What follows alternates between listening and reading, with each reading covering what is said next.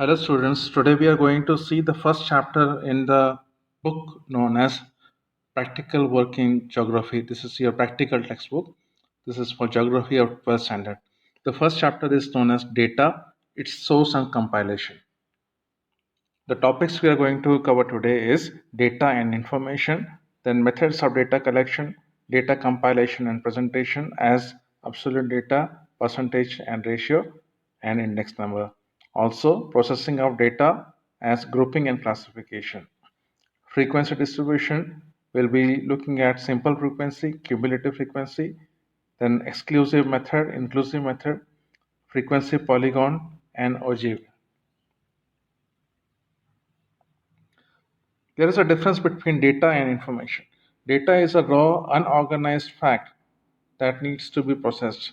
Data can be seemingly random and useless until it is organized. Data are also the numbers that represent measurements from the real world. When data is processed, organized, structured, or presented in a given context so as to make it useful, then it is known as information. Information is either a meaningful answer to a query or a meaningful stimulus that can develop into further queries.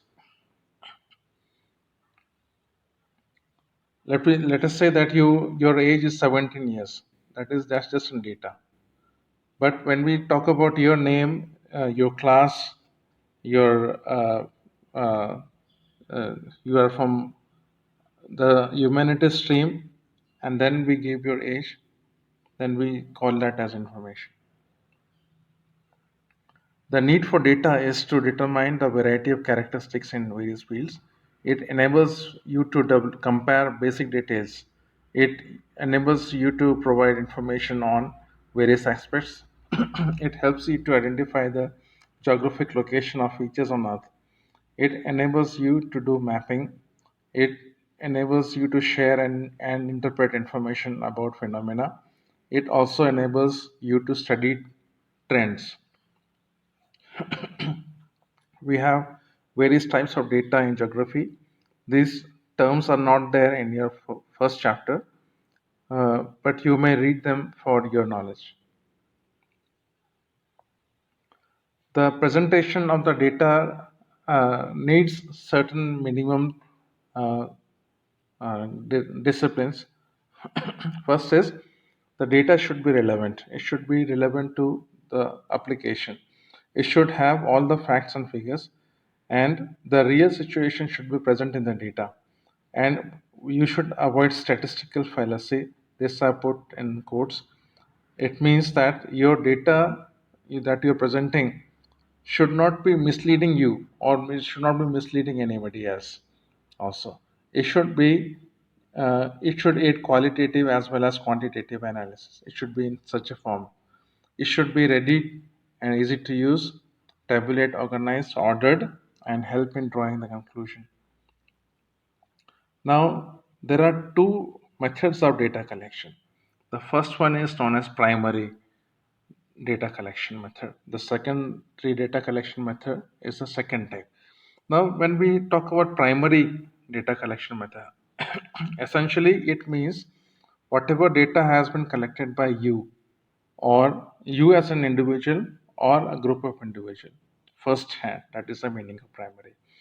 Now, the way to do it is either personal observation or interview or questionnaires and schedules or other methods. We'll be looking at them one by one. The secondary data collection method, there are two types. One is published sources, other one is unpublished sources. When we talk about published sources, it means can be from the government or quasi-government institutions. It can be international. It can be also private publications. It can also be newspapers. In the unpublished sources, again, we have the government, we have the quasi-government institutions, we have the private documents, and we have the other documents. We're going there one by one. When we say personal observation, it is your own direct observation. You as an individual or a group of people. It is what you have observed, seen, and noted down first hand. That is personal observations. Sorry. Interview means to get information from the respondent through conversation. You talk to somebody and uh, take the information that is helpful to you in a proper manner. That is an interview. Then questionnaires and schedules are, these are questions. You make questions you are going to work on, and then you ask those questions, or else the person answers the questions themselves. If the person is doing it, you give the paper to that person, and if he is educated, he will tick mark or write and give it back to you. That is a questionnaire. But when you are doing it, you are asking question and ticking mark yourself or writing yourself, then that is another schedule. The other methods are taking samples of soil or water, or using a transducer to collect information about the health of crops, etc. The secondary source of data are the published sources and unpublished sources. In the published sources, we have the government publications from various ministries and departments of state government as well as the central government. In semi or quasi government publications, you have the publications and reports of the urban development authorities and municipal corporations and district councils or the Zilla Parishads, etc. Also, you have the international publications. They have yearbooks, reports, monographs by agencies such as UN. When we consider their reports, they have the demographic yearbook. They also have the statistical yearbook and human development report, etc. Then FAO, that is Food and Agricultural Organizations, also publish such publications. Also, the World Health Organization or WHO. The secondary sources of publication, published sources are private publications. They also print yearbooks. You perhaps already know about the Manorama yearbook in India. It's very popular, especially in the south of India. Then surveys, research reports, and monographs published by newspapers and other private organizations. You have newspapers and magazines, which are very easily accessible. You have the internet, of course, and internet is a sea of information. Then there are sources which are not published. You have unpublished reports and monographs and documents prepared and maintained as unpublished record at different levels of governance. Example is land revenue records. It's not published for the outsider, but it's kept in their documents. Quasi government records such as periodical reports, development plans by municipal corporations, district council, also known as Zilla Parishad, and civil services departments are of the quasi government type. Then there are private documents such as unpublished reports and records of companies, trade unions, political and apolitical organizations, resident welfare associations, etc. Now, after you get the data, it is in the raw form. This is the just a collection of numbers and figures. When it is like that, we call it as raw data. Then, if you put them in a table in rows and columns, this is the simplest way of arranging the data uh, and summarizing it in such a way that it facilitates quick comparison. It can also help you locate the desired information quickly, and a lot of data can be kept in a orderly manner on a limited space, limited area. Now, when we say absolute data or raw data, this is the unprocessed data, just the figures. The population and the composition of the population of different states can be taken as an example. Now, when we have the percentage or ratio, this is this is computed, from a common parameter. For example, if you're talking about literacy rate, then if you know the total number of literates and the total population, when you divide one by the other and multiply it with 100, then you get the literacy rate as percentage. Index number is an important um, uh, uh, thing, and probably in your economics also, your economic teacher might have taught it to you. This is a statistical measure designed to show changes in variables with respect to time, geographic location, or other characteristics. It doesn't have any unit; it's just a number, and it's very easy to interpret. They measure changes over a period of time and also compare economic conditions of different locations. This is widely used in economics and business to see the changes. The method of calculation is you divide the current year's production. Let us say we are talking about production of an XYZ commodity. Then you compare this year's production with a base year. Base year can be last year, it can be also something in last decade. But uh, it's taken in such a way that the base year value is taken generally as 100, so that comparison becomes very easy. And then you calculate the index number accordingly. Here is an example. Now, this is a production of iron ore from the now. If you consider the year 1970 and 71 as a base year, you're comparing for the other decades with this decade, with this year 1970 71. Now, let us say that the production was 32.5 million tons. Then this is taken as base. This is taken everywhere in the denominator. And in the first case, you're comparing the same number with same number, multiplying it with 100, and you get the index number as 100. Then in 1980 and 81, you take the value, put it in the numerator, the denominator remains the same. And then you get a index number value as 130. And you keep on doing that. Now, here the beauty is you just take a glance and see that in the year 1980-81, there's an increase in 30% over 1970-71. Similarly, in 1990-91, there's an increase in 65%.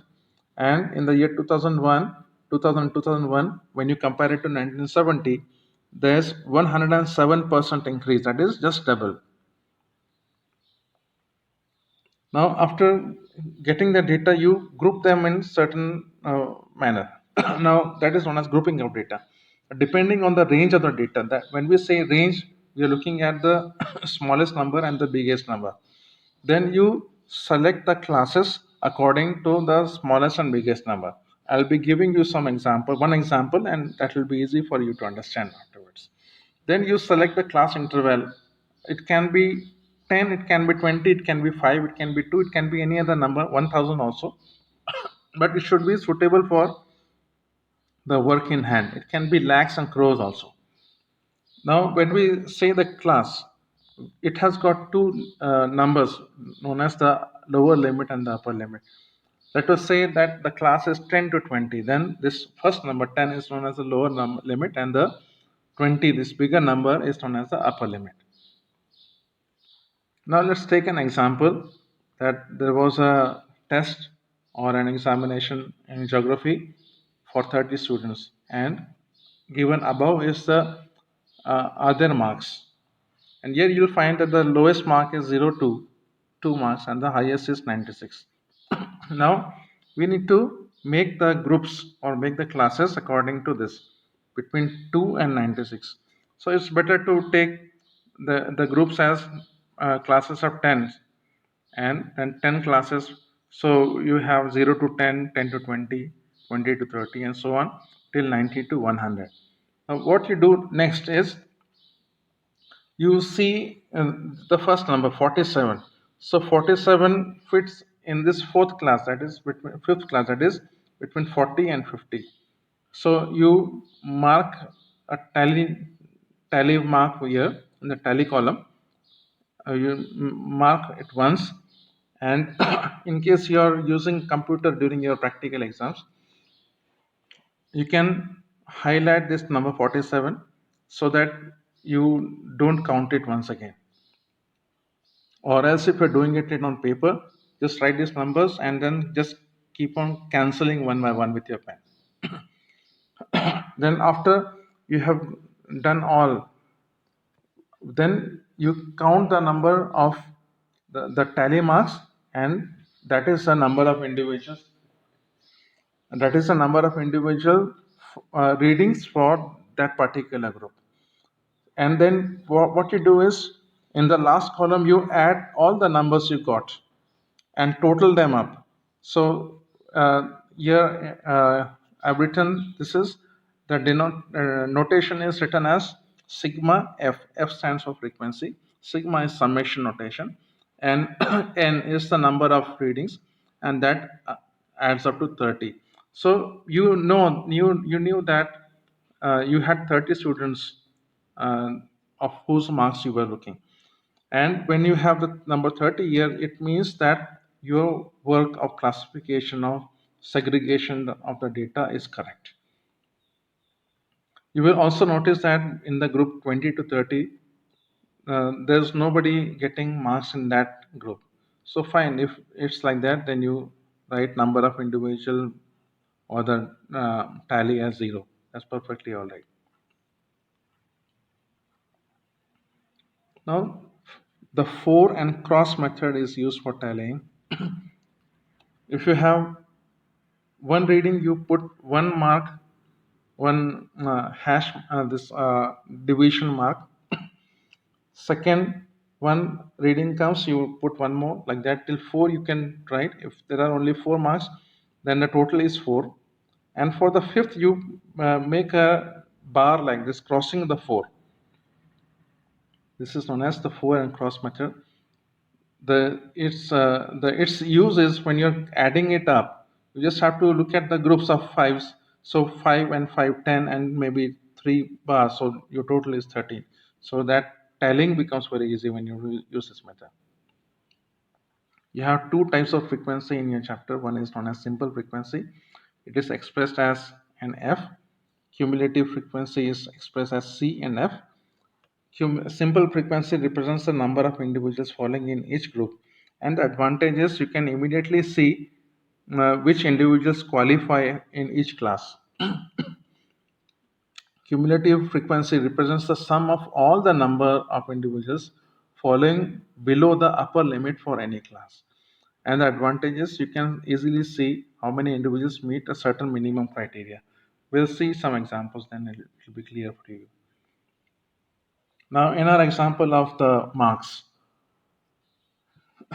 in the first column is the group or the classes, 0 to 10, 10 to 20, 20 to 30, and so on. And the frequencies have been noted. And in the last column, the cumulative frequency has been noted. I want you to notice this, that this number, first number in frequency 3, and the one below it, if you add them up, you get the second number in the cumulative frequency column, that is 4. Then the cumulative frequency in the second column, that is the second row, that is 4.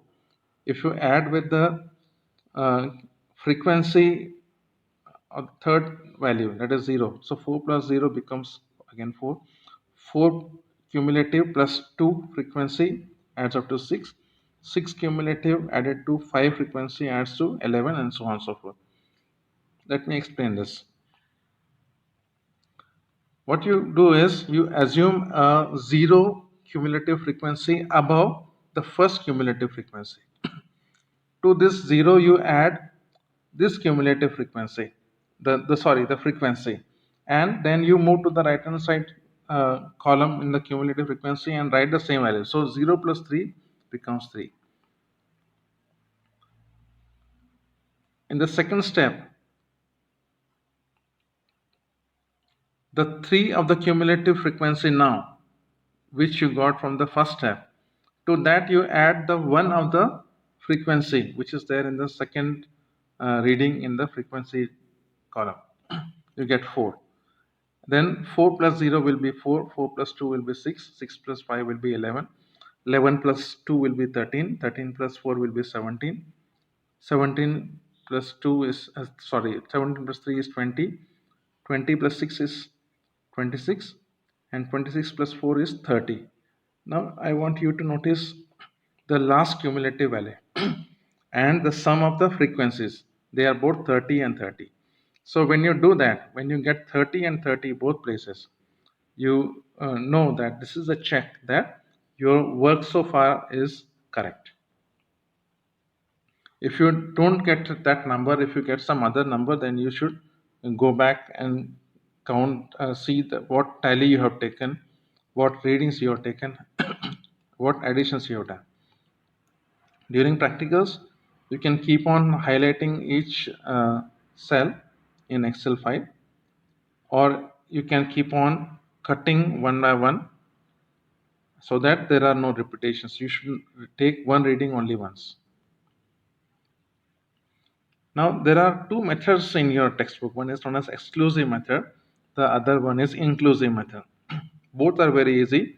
Just look at the class size or the group. It is 0 to 10, 10 to 20, 20 to 30, so on. So here, which numbers to include? When you say 0 to 10, you include any number between which is between 0 and less than 10. Less than 10 can also be 9.99.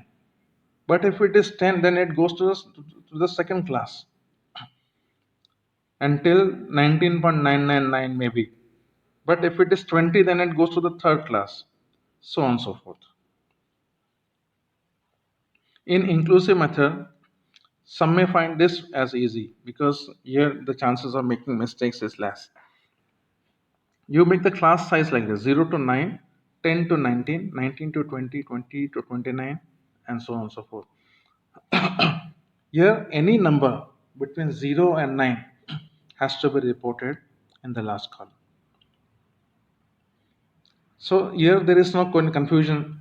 Should I include 10 or not in the first class?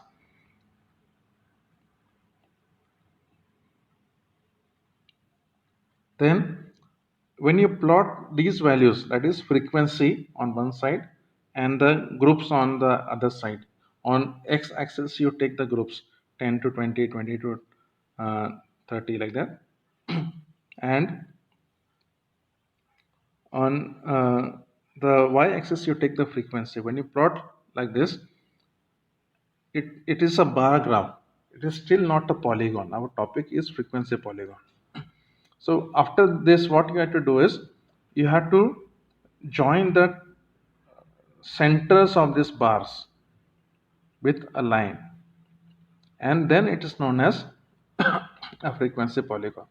Remember, if you're asked to do this in examinations, if you do only the bars, you will lose marks because this is not fully correct. You have to join the centers of the tops of the bars, then only you get the frequency polygon. Now, this is a concept new for you perhaps. This is known as ogive. Now, the lines which you saw in the bar graph, that is known as ogive. Now, there are two methods to do that. Now, remember one thing. In the previous slide, you saw that we made the bar graph, and on one axis you had the classes, and the other axis you have the frequency. Here's the difference. In ogive, we have to take the cumulative frequency. Then two methods are there. One is known as less than method. You read this at your leisure, but personally I feel showing it to you will be easier for you to understand than reading. So let's go. In the ogive for less than method, it's very simple. First of all, what you do is in this table on the left hand side, you see you change the heading to less than method instead of writing groups or classes, and the groups you write in a different way. Instead of writing 0 to 10, you write less than 10. Instead of writing 10 to 20, you write less than 20, like, and so on and so forth till less than 100. And in the frequency side, you write the cumulative frequency. You know already how to do this: 3, 4, 4, 6, 11, 13, 17, 20, 26, and 30, like that. And when you plot them either on paper or in Excel, you get a curve like this, which is rising. So when you see the rising curve, it is by the method known as less than method. This is the ogive for more than method. This is slightly different, and I want you to notice it carefully. how we are going to do this. And here we get a curve which is falling, which is going down. When you see a falling curve, it means it was done by the more than method. Now let's go step by step. When you write this more than method, more than type of object, first you write down all the classes and the frequencies in increasing order first. So here I took the classes and frequencies, and then I inverted the order. And the table you see on the right hand side is after inversion. Invert the order of the classes, should be single F and of the classes along with the respective frequencies, and you get a table like this: classes and cumulative frequencies. Uh, Notice that these are frequencies first. We'll come to cumulative afterwards. Again, as a check, when you add up all the frequencies, you should get that same value 30. That was, we're taking the example of geography students tests of 30 students. After that, change the name of the classes as more than, and then the lower limit: more than 0, more than 10, more than 20, and so on and so forth, more than 90. Then add one more column to the right side of the frequency, and then you call it the cumulative frequency. And the same method of cumulative frequency, but here we have to subtract. You have to subtract from 30, you have to subtract the first value, that is 4. 30 is an assumed value on top, and then 30 minus 4 is 26. 26 minus 6 is 20. 20 minus 3 is 17. 17 minus 4 is 13. 13 minus 2 is 11, and so on and so forth till you reach 0. The addition of frequency should give you 30, which is same as the value 30 you taken here. After that, we do not need the frequency column. We just require the classes and the cumulative frequency. When you get these two, then it's very easy. Uh, you put the classes on the x-axis and the cumulative frequency on the y-axis. Y-axis is the vertical one, and x-axis is the horizontal one, as you know. When you do that, you get this curve. This is the distribution by more than method.